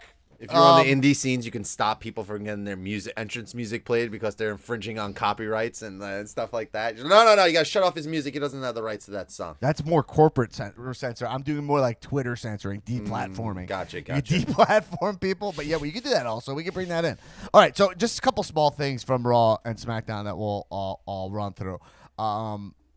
So yeah, whatever. So the Adam Pearce thing. Adam Pearce is just, we said it already. He's very good he's very good at grounding the show. Like, he plays it straight. He gives me what I want in WWE all the time. Like, he feels like he really works there and has a job, you know? Mm-hmm. He's kind of just, like, boring. Sheb says he looks like a POV porn star, which is fair. How do you know what a POV porn star looks like? How would you know? Yeah. From porn, like, he looks like a guy in, yeah, like, but if it's the POV porn. Of the POV, you never see. No, I know. He looks like a guy who runs a POV site. I guess like, it's not about what it's just. I guess maybe if we're thinking of it, maybe Shebs is watching porn from different kind of a different porn. Point of view. Yeah. I didn't think about exactly that. I just meant like he does feel like a guy who works on an amateur porn site. Maybe. Okay. Well, yeah, he'd definitely be in Cobra Guys, right? Cobra Guys. Oh, man. Was that on a bonus app, Cobra Guys? Cobra Guys. Cobra Guys is. I don't remember how that came up. I don't remember the genesis of Cobra Guys. You'll have to go on the bonus app like a couple weeks back and listen to my But it applies to this right here. This is why you subscribe to the Patreon, folks, to find out what Cobra Guy means. Cobra Guys. Sign up to the Patreon for all the other benefits. A sticker. We're going to bring in a Cal Movie Club, new art for the pod, Discord server, and also hear the genesis of Cobra Guys. Strike first, strike hard, no condoms. Right. I think I did have a slogan also. I don't remember what it was. Oh, man. Yeah, no mercy, no condoms. Oh, anyway, yeah, you're right, no condoms. That's funny. All right, listen. Another thing. I want to talk quickly about Bayley and the Ding Dong Hello show. Dong, hello. Yes. Is Bayley's new gimmick pretending to be Jewish? I mean, I just want to point out, right? Like, I don't like. There was part of me that was like, "It's oh hello, It's right? oh hello, like, hello, yeah. oh hello." Like she's doing like Mulaney and Kroll, right, with the glasses. Like Gil she looks Faison. like she works at the New Yorker, right? Mm-hmm. Yeah. But she's like not at all nailing the nuance of that. You know what I mean? She's not like, she doesn't look like Fran Lebowitz or whatever. Like, it's not like, she's not pulling, it's like coffee talk, but without admitting that it's a Jewish stereotype. Right. Now, I'm not offended by it or anything, but I bet she has no clue that that's what she's doing. But her gimmick is pretending to be a New York City Jew. And I don't think she realizes it. Right? Yeah, Am I wrong? It's very spot on. Maybe a Long Island Jew, actually. Well, yeah. Well, she gives me like She's NYC got the bob. vibes. She's got the bob for the Long Island haircut. That's very. Caputo's been the Long Island medians hot topic. And I like the thing about Bayley. The thing about her that grows on me. So I would say she's not like the Ding Dong Hello show was a fun idea, but it wasn't. Dipper made this point on the Monday sesh on the last ep. It's not really. He's right. It's not really a thing. Like, it's a cool idea. The production's fun. That like it has like music. I like it. I'm not saying it didn't really work, but it is true that it is very Bailey is very unclear to me. Like, I like when she goes like, play it. Like, I like she's nailed that like Karen thing, right? Like you're saying, Kilo. She's nailed that like very annoying Bailey thing, but also she's pretending to be like a Jewish woman my mom's age, which is also odd.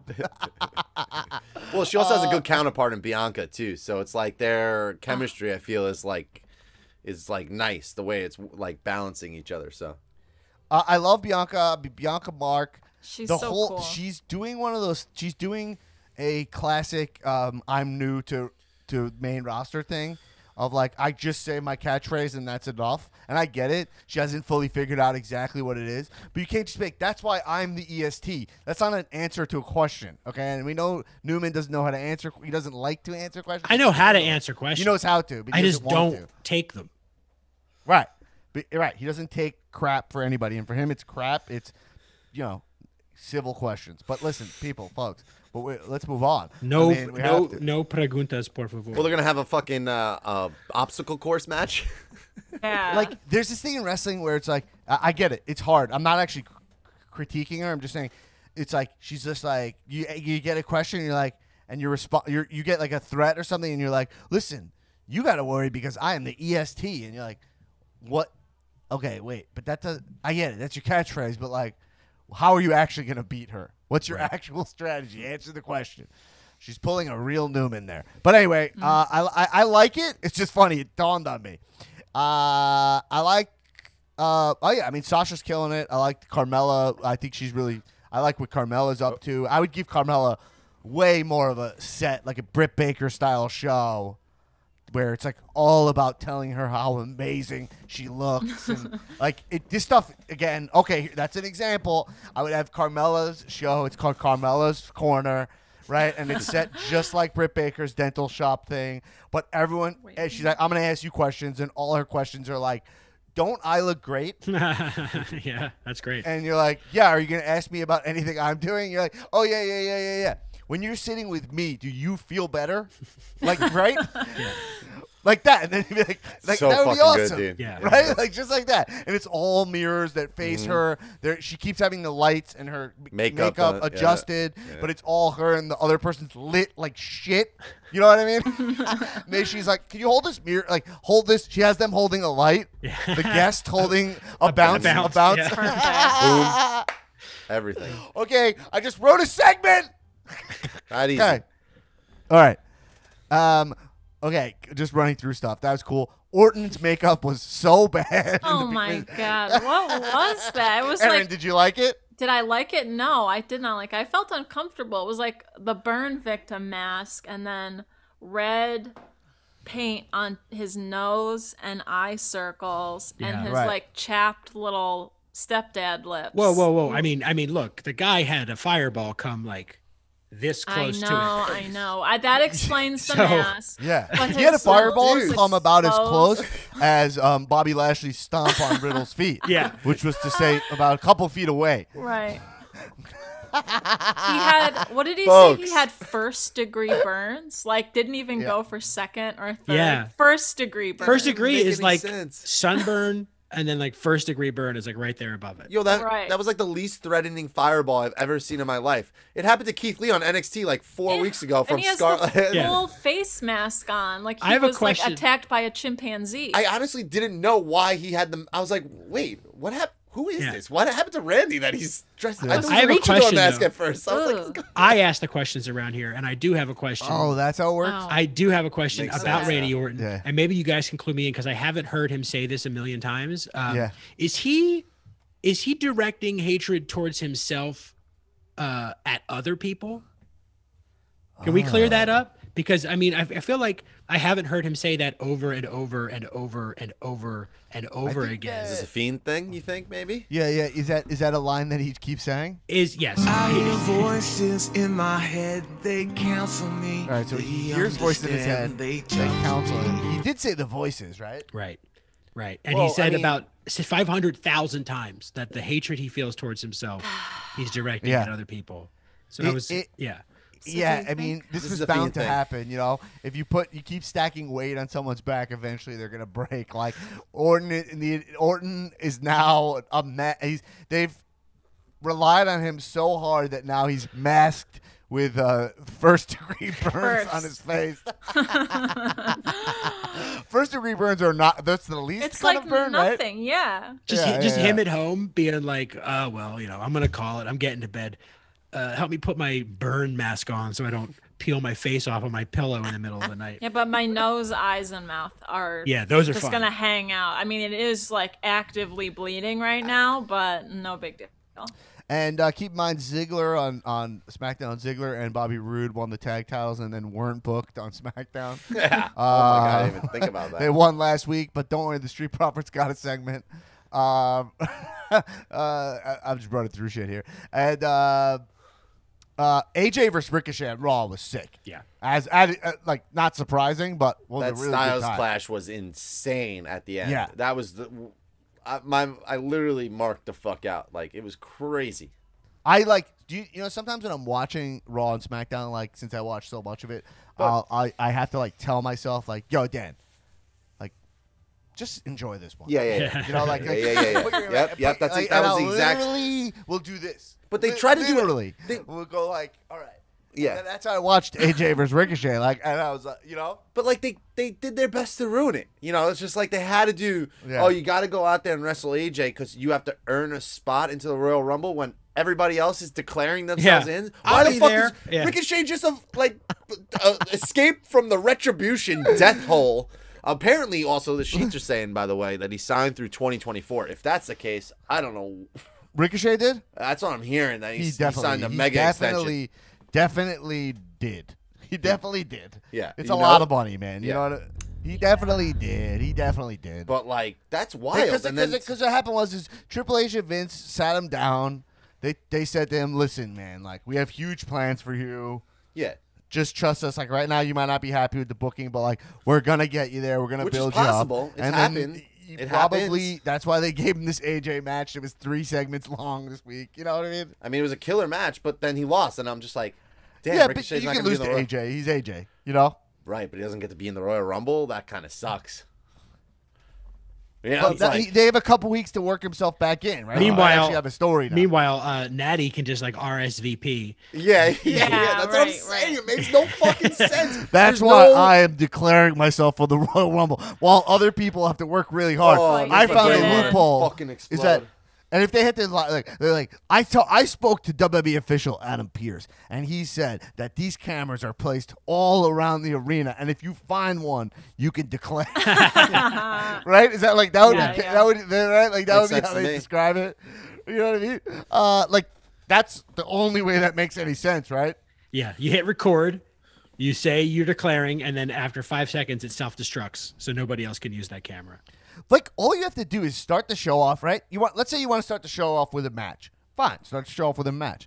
Then go backstage, and you have Adam Pearce with all his guys being like, we're working on the Royal Rumble entrance list. We're trying to make a fair way on how to do it. Or they got the fucking the randomizer. That shit make would it be the amazing. list. You come in the back, and you're like, yeah, like, and then someone's like, I saw that I'm not eligible to declare. I'm not on the declare list. That's it. And it's like, listen, we got too many guys. We got a declare list. We're seeing if there's any spots open, we'll work you in. He's like, well, I definitely need to be in the Royal Rumble. How can I do it? Well, someone else comes in and is like, hey, and it's like, I also want to do that. And he goes, you know what? We settle this in the ring, right? That's how Angle would do it. And then you have these two. It's like, we'll find a spot. If you guys win, we'll put you at the top of the eligible list, right? Right.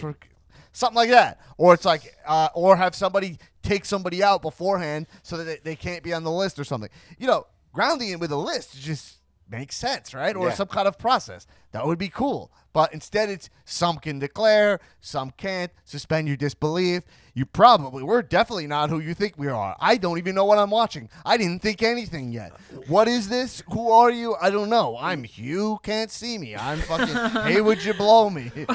Why even have Henry people declare Pinky. themselves in advance? Why not save all the surprise up until the night before? Have everybody backstage. You got 60 men's wrestlers. Have them all backstage. All right, your pick. You're fucking number one. Get out there, and you just have people run out and do shit like that. You don't show all of them. Some of them are surprises. It's so simple. They just find a way to go out of their way to just fucking make it dumb. I don't get it. Let's run through more stuff quick. Last couple of things. Alexa, I like what Alexa did on Raw. Obviously, she's cool. She's in her zone. But then when she wasn't believably scary to Asuka in any way. Like, she just turned it into black clothing, like no mask. Why would Asuka all of a sudden be so scared? It didn't register to me. Like, I liked what Alexa was doing, but Asuka was all of a sudden so freaked out. It was weird. I thought it didn't totally register to me. Oh, I think they're probably gearing up to Alexa having a way scarier look. Yeah. They're just not going there. They don't want to blow it yet. But then you also can't have it. It's not believable for Asuka to be like, oh, no, your clothing turned black, but it's still 3 feet tall and wearing a skirt and are like a cheerleader. Asuka can spit poison mist at will. Right. A costume change, no matter how mystical it comes about, is not going to scare her. I was dying for her to spit mist and it be red instead of green, like blood or something, and just freak Asuka out. Like, that's what I was asking for. It's like, imagine if she sprays the mist and like she goes, and it's red and she goes all over Alexa, and Alexa's just like, instead she's smearing black lipstick. It was just missing elements to things they already established. She spit out the weird stuff out of her mouth. She's had the contact lenses change. We didn't get any of that except we just got the dress. So what I'm trying to figure out is, actually, yeah, you're right. It was a de-heightening from the stuff when Fiend. Yeah. So right? I'm starting to think is Bray like warging almost? Like, is he able to control like wrestlers from not even being there? War games? Like war gamesing? War gamesing. It seems like is he war gamesing? Warging? I didn't hear what you said. Warging? It was a Game of Thrones reference. Warging? Yeah. Nick is such a WWE fan. Word. Nick is such a WWE fan that he does what WWE does, which is they make references 2 years after they were in the zeitgeist. So he's referencing Game of Thrones. Yeah. Because I'm thinking the same thing that's happening with Alexa may be happening with Randy now, and like the Fiend is able to control these two beings. Well, you know? I think that Randy destroyed the Fiend's vessel, and he's there in spirit because she's like looking to her left, like talking to somebody, and he's not there. The horse was moving. Right. So he got rid of the physical form, but he's still like his he has to inhabit something. Oh, okay. Walk, I know what you're saying. You're talking about when what's his name? Bran Stark would go in the other guy's dragons eyes. Or whatever. Yeah. I got it. Nice reference. Hold the door. Okay. Oh, good for you. What else am I? How else Sorry, am I I supposed to don't describe watch what Game he's of doing? Thrones. Sorry. No, I do watch. I forgot it. That was a good reference. But that was a good reference. I gotta say this about Asuka. Like, I don't think necessarily she needs like a mouthpiece. Like, and I don't. It kind of like makes me kind of like uncomfortable. Be like, oh, all foreign talent needs someone to speak for them. You know what I mean? Yeah. But she is a mess in these segments. Like, her energy, her acting makes no sense. It has nothing to do with her language barrier.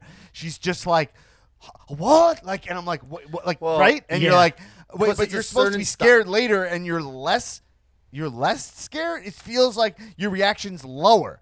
She keeps selling out her act. Someone needs to talk to her about her acting. Like, it doesn't need to be. She could speak fully Japanese, and I wouldn't care. You know, right? But like, she needs to convey with her body language and her face acting that, like, whatever they're trying to pull off. Well, think about she's doing the Japanese style. Boy down low. Exactly. Yes. She's doing the. Think about that. Yeah. I'm a thick boy down low. Correct.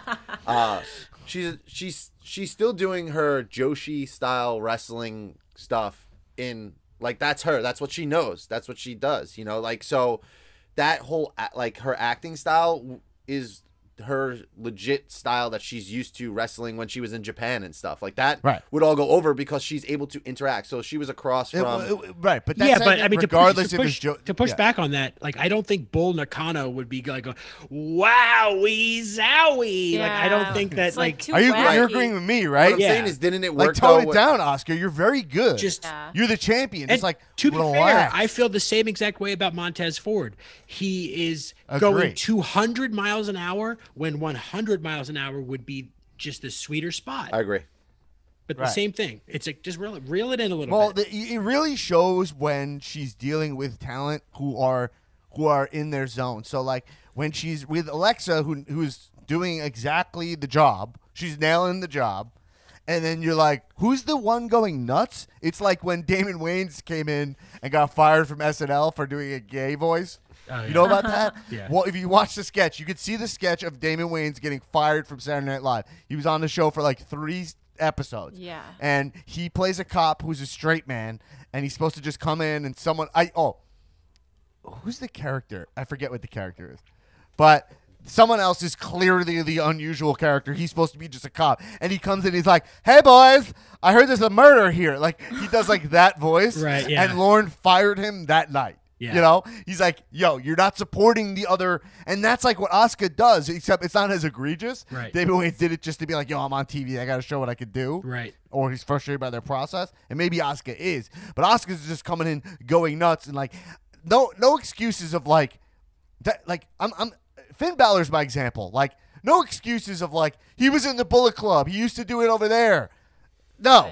It probably sucked over there also. I've watched Finn Balor for 10 years, and my observation of Finn Balor is so spot on, is that he finds a catchphrase and says it into the camera. Every week it's like, "When the cat's away, the mice will play." And that's the end. Did you just see the And he shirt goes I like, sent you? I How like bad it is. Really I like bad. that. Yes. But "The cloth that I'm made of, they don't make it anymore." Drop the mic. It's like Fucking Peaky Blinders. yeah.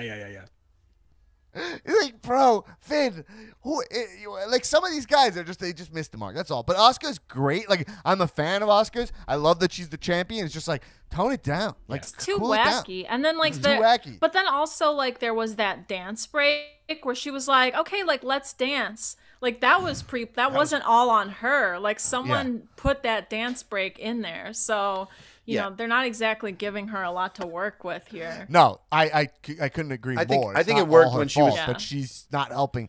Like, listen, some wrestlers get shit scripts and they like make it work, right? Yeah. Like Roman Reigns got the script. Roman Reigns head of the table is a proven thing. We all think it's cool. All you guys made him one of your guys.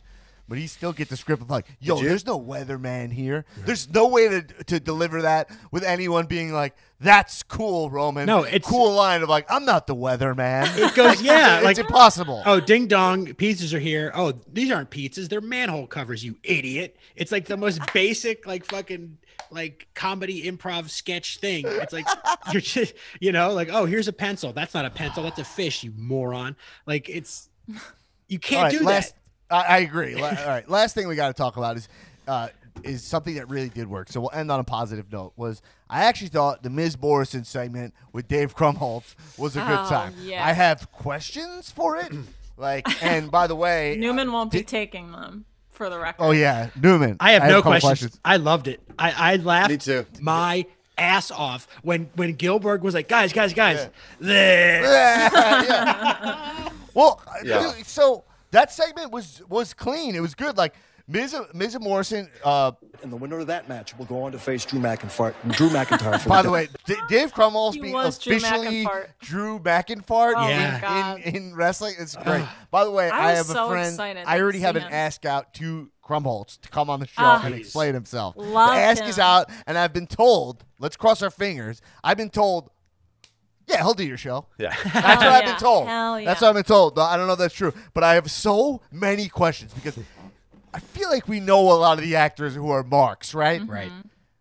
I've never heard of Krumholtz at all being involved. We know he does live in New Jersey, which was actually a joke that I know from listening to him on another podcast. We'll See You in Hell. I'll plug the podcast. We'll See You in Hell. Great podcast. They're on Patreon, patreon.com/ I don't know what their thing is, but / comedians of wrestling. 20 more patrons. That's two of my buddies, Pat Walsh, Joe DeRosa, two hilarious comedians and writers. But so they have Pat Walsh on the show is buddies with Dave Krumholz, and Krumholz comes on the show sometimes, and so I know he lives in New Jersey. But there was a joke like, you live in New Jersey, but like, here's my question: it's like, we're in the middle of COVID. My thought was like, he's quarantining in Florida and is friends with the Miz from like some fucking movie they did together, right? Or Morrison, and they're like, yo, you want to come here? But if he traveled down, I don't have any confirmation of it. Like, what is the genesis of Krumholtz being during COVID going to the Thunderdome, right? Yeah. I have no idea. Anyway, he was great. The mini sword. Yeah, he was great. The mini sword was hilarious. Shirt off, the whole thing, his little. That's a trope of wrestling. It's like these guys come out. It's all happened in wrestling. They insult each other by bringing out most of the time little people versions of their opponent. Right. Unfortunately, that's their go-to. But I 100% thought it was going to be Hornswoggle. I was like, it's definitely going to be Hornswoggle. They got Hornswoggle for this bit for sure. But the reason this one works specifically is because Drew McIntyre was an organic thing that happened that they're like, let's make it Drew McIntyre. But the thing about the segment is that like it wasn't going well, and they did almost like a farce noises off style thing where Miz and Morrison were giving each other shit. It's like, yo, you're supposed to book good actors. These guys suck. Like, this is supposed to be funny. It's not working. So they're acknowledging that this is kind of a tired, stupid segment that WWE does. Right. Yeah. Yeah. I thought it just was funny. Miz is just the thing about it is that I don't want either of these guys together, Miz and Morrison. Miz has that briefcase. I'm looking to see Miz cash in at Mania. Preferably on a what do you want to see? Drew? I don't know.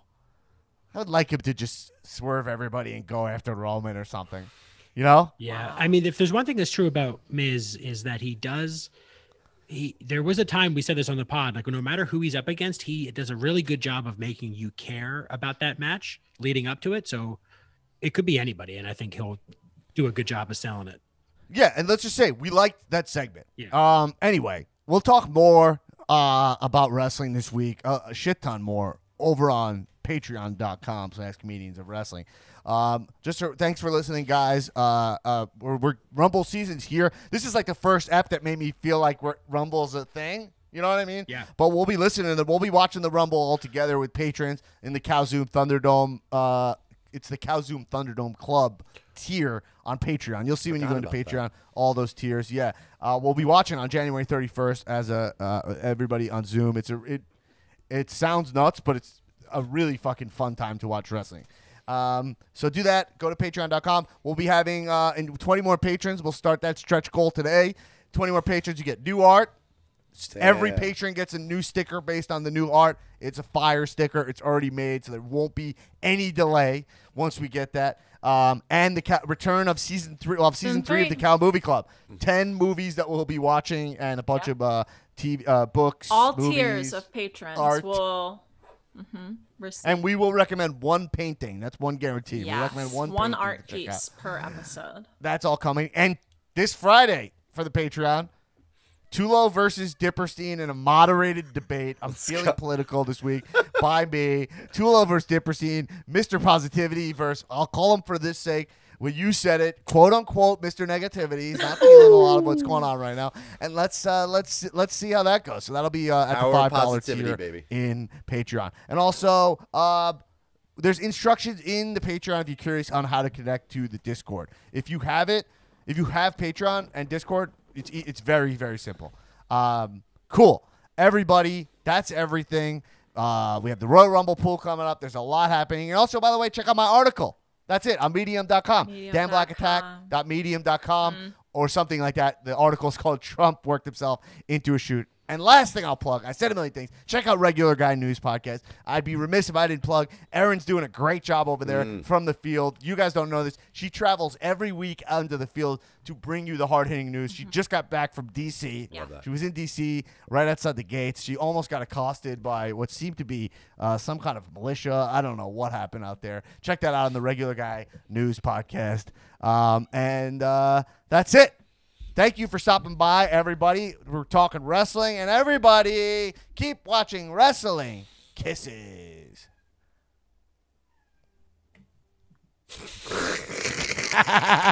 It's not ending.